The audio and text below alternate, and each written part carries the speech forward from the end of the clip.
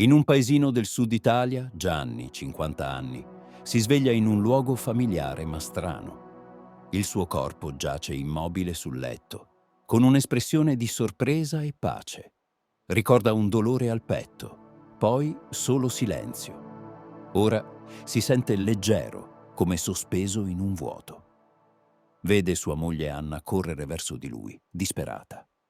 Le sue grida sembrano lontane, ovattate, come se provenissero da un'altra dimensione. Gianni cerca di muoversi, di rispondere ad Anna, ma non riesce. La stanza, con le sue pareti bianche e l'odore di umidità tipico delle vecchie case del sud, sembra fluttuare intorno a lui.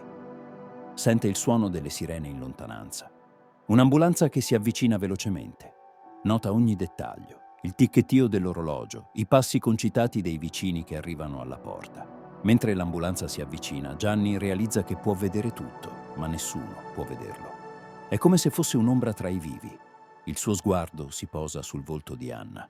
Lacrime scorrono sulle sue guance e le sue mani tremano mentre cerca di rianimarlo. Il tempo sembra rallentare, ogni secondo dura un'eternità. Gianni prova un senso di impotenza misto a curiosità. Cosa sta succedendo? È questo il confine tra la vita e la morte? I paramedici arrivano, portando con sé un'atmosfera di fretta e urgenza. Gianni li osserva lavorare sul suo corpo. Controllano il battito, preparano il defibrillatore. Le voci sono concitate, ma lui percepisce tutto come attraverso un velo.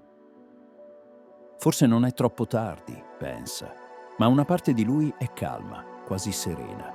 Si chiede se debba lottare o lasciarsi andare. Improvvisamente un flash di luce lo avvolge. Non è fisico, è come un ricordo che prende vita. Vede se stesso da bambino correndo tra gli ulivi. Sente la risata di sua madre, il calore del sole sulla pelle. Poi il ricordo sfuma e torna alla stanza, alle voci concitate dei paramedici, al dolore di Anna. È questo ciò che chiamano la vita che passa davanti agli occhi? Si chiede. Lentamente la percezione di Gianni inizia a cambiare. Non è più solo nella stanza. Sente una presenza vicina, familiare ma indescrivibile. È come se qualcuno fosse accanto a lui, guidandolo. Gianni prova a parlare, a chiedere chi sia, ma le parole non escono. È un dialogo silenzioso, fatto di emozioni e sensazioni. Un invito a esplorare ciò che sta succedendo.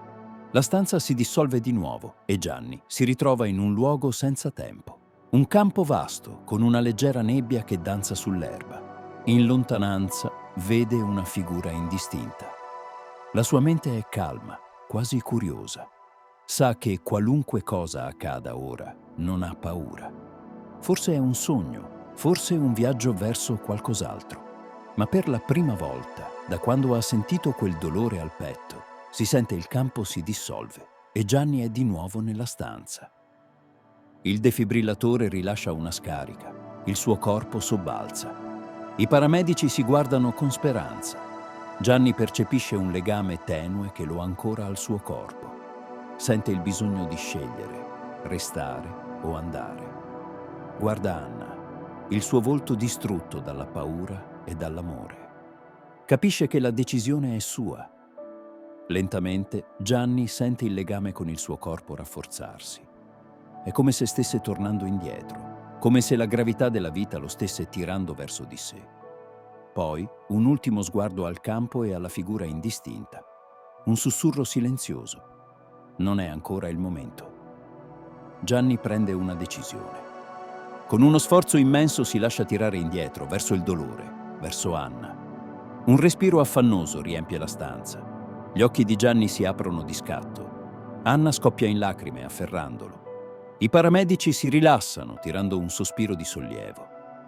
Gianni non ha parole per descrivere ciò che ha vissuto. Sa solo che è tornato, che ha scelto di restare. E mentre guarda il volto di Anna, capisce che ogni istante è un dono. La sua vita ora ha un nuovo significato.